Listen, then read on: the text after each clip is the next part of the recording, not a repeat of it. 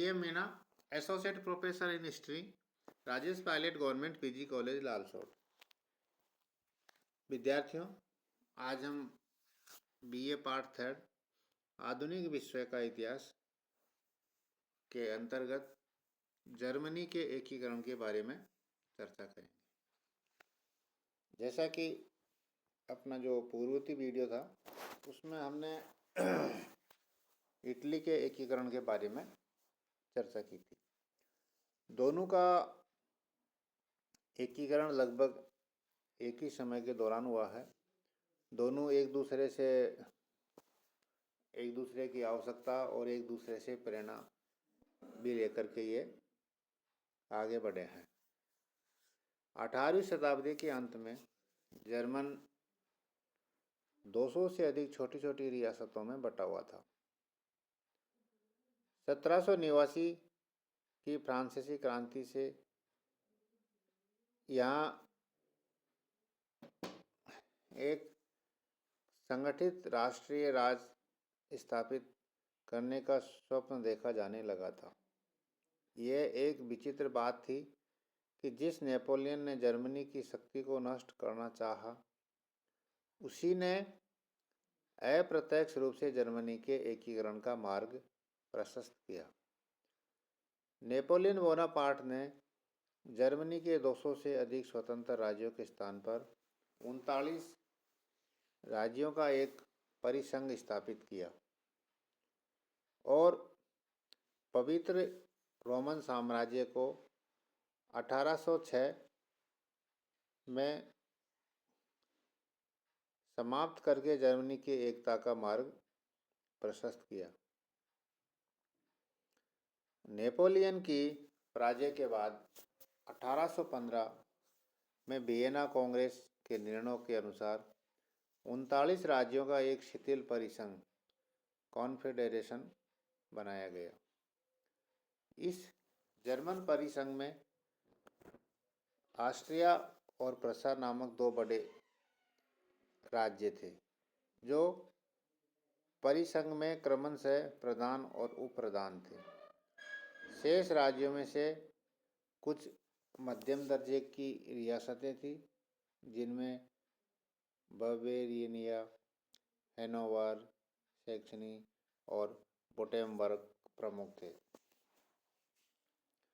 इस परिसंघ की एक राष्ट्रीयता भी थी, जिसे फेडरल डाइट कहा गया है। जो राष्ट्रीय सभा, जिसको क्या कहा है, फेडरल डाइट कहा जाता था। इसके अधिवेशन फ्रैंकफर्ट में होते थे। इस पर ऑस्ट्रिया का प्रभाव था। संघ के सभी राज्य इतने कमजोर थे कि वो ऑस्ट्रिया का विरोध नहीं कर सकते थे। केवल प्रसा ही इसका विरोध कर सकता था। मेटरनिख को जर्मनी में राष्ट्रीयता और प्रजातांत्रिक भावनाओं का विकास फूटी आंख से भी नहीं छुआता था। जर्मनी के एकीकरण की बाधाएं। जर्मनी के विभिन्न राज्यों की धार्मिक, राजनीतिक, सामाजिक और आर्थिक असमानताएं थी।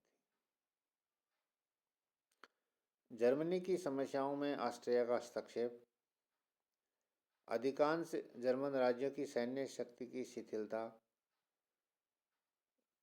साम्राज्य ने लोगों में बौद्धिक जागृति का अभाव, राजनीतिक विषमताएं।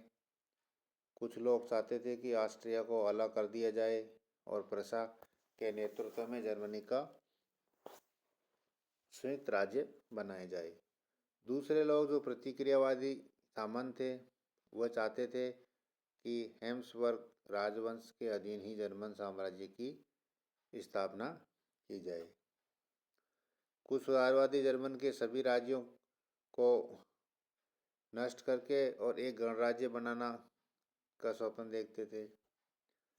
इसके अतिरिक्त जर्मनी के राजनीतिक दलों के नेताओं में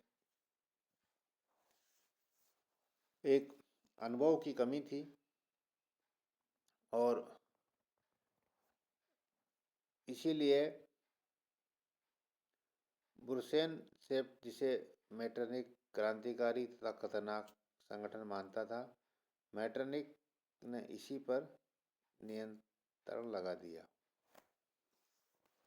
लेकिन ये सब चीज़ें होते हुए भी जर्मनी में कुछ हमें इस प्रकार के सकारात्मक पक्ष मिलता है, जो उसके एकीकरण में उनका बहुत बड़ा भूमिका रही है। जैसे बौद्धिक आंदोलन 18वीं सदी के पूर्वार्ध में जिस प्रतिक्रियावादी नीति का पालन जर्मन राष्ट्र के लिए किया जा रहा था, उसका एक स्वाभाविक परिणाम ये हुआ कि वहाँ के लेखक और दार्शनिक इसके विरुद्ध हो गए और उन्होंने राष्ट्रीय गौरव और एकता की भावना उत्पन्न करने का काम किया।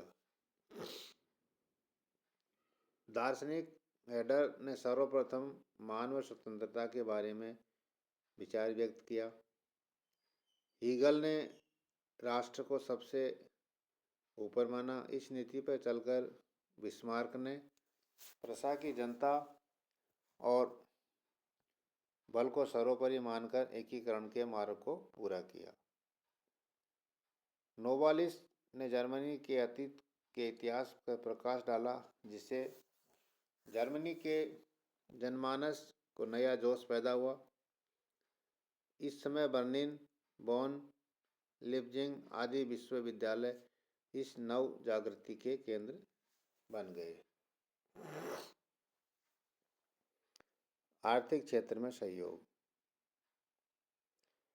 1834 में जर्मन राज्यों ने मिलकर एक जोलबरीन नामक एक चुंगी संघ की स्थापना की थी। इसमें यह निश्चय किया गया था कि संघ के जो सदस्य अधिकांश वस्तुओं का स्वतंत्र व्यापार करेंगे और एक दूसरे के सम्मान पर चुंगी नहीं लेंगे। ऑस्ट्रिया को छोड़कर संपूर्ण जर्मनी के राज्य 1850 तक इस आर्थिक संघ में सम्मिलित हो गए। फ्राइड्रिक लिस्ट नामक एक जर्मन अर्थशास्त्री ने सोलबरीन को जर्मन की राष्ट्रीयता का एक प्रमुख तत्व माना था। इस आर्थिक संघ की स्थापना से प्रशा जर्मन राज्यों का नेता बन गया और वो नेतृत्व करने लगा। 1848 की क्रांति का प्रभाव 1848 की क्रांति ने जर्मनी को भी क्रांति के द्वार पर लाकर खड़ा कर दिया। प्रशा, बवेरिया, हैनोवर, सैक्सनी आदि राज्य के लोगों ने निरंकुश शासन की समाप्ति के लिए आंदोलन छेड़ दिया। प्रारंभ में सभी राज्यों में विद्रोहियों को सफलता मिली और वहाँ के शासकों को झुकना पड़ा। प्रशा के शासक फ्रेडरिक विलियम चतुर्थ ने भी उदार संविधान को स्वीकार किया और ये घोषणा की कि आज मैंने जर्मनी के प्राचीन झंडे को स्वीकारा है और मैं अपनी प्रजा को जर्मन साम्राज्य के प्राचीन झंडे की रक्षा के लिए समर्पित करता हूँ। अब से प्रशा और जर्मनी के हित एक ही होंगे और इस घोषणा से जर्मन के राष्ट्रवादियों का एक बड़ा प्रोत्साहन मिला।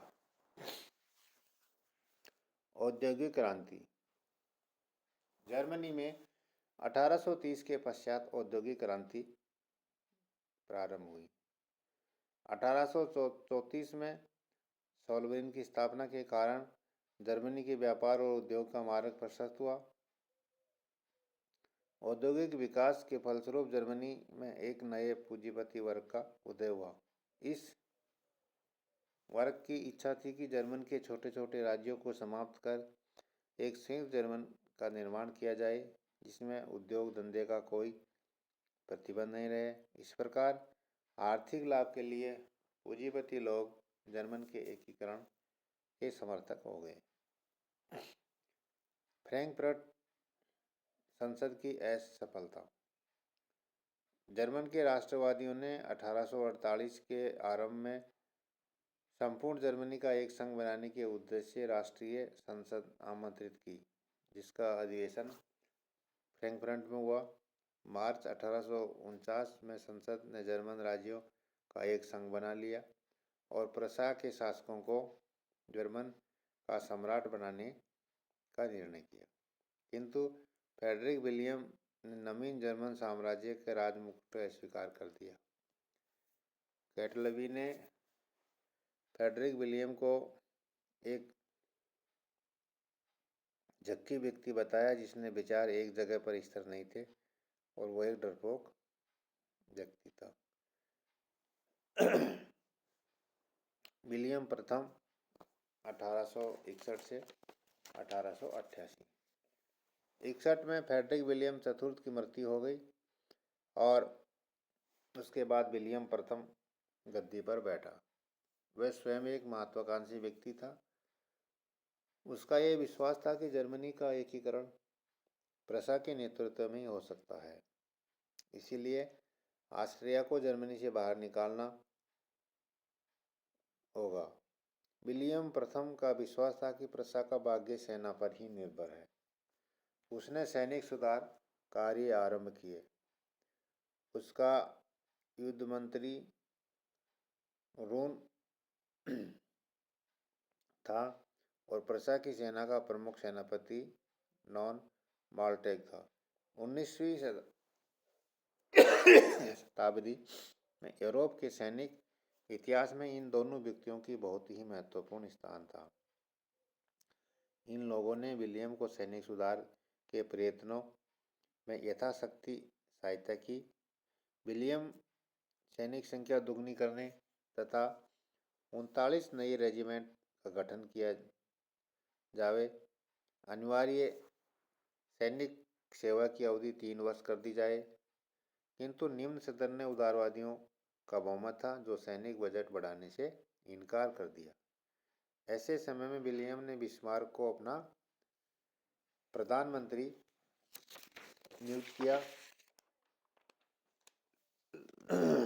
बिस्मार्क जो ब्रेडेन वर्ग का एक कुलीन परिवार से संबंध था। बिस्मार्क प्रशा की राजनीति में उसका जब प्रवेश हुआ, संयुक्त प्रशा की संसद का सदस्य बनाकर उसे प्रशा की बागडोर सौंपी आगे निर्माण के लिए। बिस्मार्क स्वतंत्र वक्ता था, तीक्ष्ण आलोचक था और निर्भीक था। 51 में प्रशा के सम्राट ने उसे फ्रैंकफर्ट की सभा में डाइट में प्रशा का प्रतिनिधि नियुक्त किया। फ्रैंकफर्ट की सभा में वह 8 वर्ष तक प्रशा का प्रतिनिधित्व करता रहा। इन 8 वर्षों में उसकी कूटनीतिक शिक्षा ग्रहण की और महत्वपूर्ण अनुभव प्राप्त किए, जिसके कारण वह एक निपुण राजनीतिज्ञ बन गया। 1859 में बिस्मार्क को सेंट पीटर्सबर्ग में राजदूत बनाकर भेजा गया। रूस के जार अलेक्जेंडर द्वितीय से व्यक्तिगत मित्रता स्थापित की। मार्च 62 में बिस्मार्क को पेरिस में राजदूत बनाकर भेजा। फ्रांस में उसे नेपोलियन तृतीय एवं उसके मंत्रियों से मिलने एवं नीतियों को समझाने का अवसर मिला और 1862 में प्रशा के सम्राट ने उसे बर्लिन बुलाया और उसे प्रशा का प्रधानमंत्री नियुक्त कर दिया। इस अवसर पर बिस्मार्क ने सम्राट को आश्वासन दिया, श्रीमान के साथ नष्ट हो जाऊंगा, किंतु संसद के साथ संघर्ष में आपका साथ नहीं छोड़ूंगा। तो इस तरह से बिस्मार्क तो सम्राट को एक योग्य व्यक्ति लगा और उसे अपना प्रधानमंत्री नियुक्त किया। प्रधानमंत्री बनने के बाद उसका एकमात्र उद्देश्य यही था कि प्रशा की सैन्य शक्ति को बढ़ाकर ऑस्ट्रिया से लोहा लिया जाए। इसके लिए सेना का पुनर्गठन आवश्यक था, लेकिन प्रशा का जो निम्न सदन आवश्यक बजट को स्वीकार नहीं कर रहा था। बिस्मार्क ने निम्न सदन की अवहेलना करके उस सदन से बजट को पास करा लिया और सेना के सुधार के लिए आवश्यक धनराशि प्राप्त कर ली।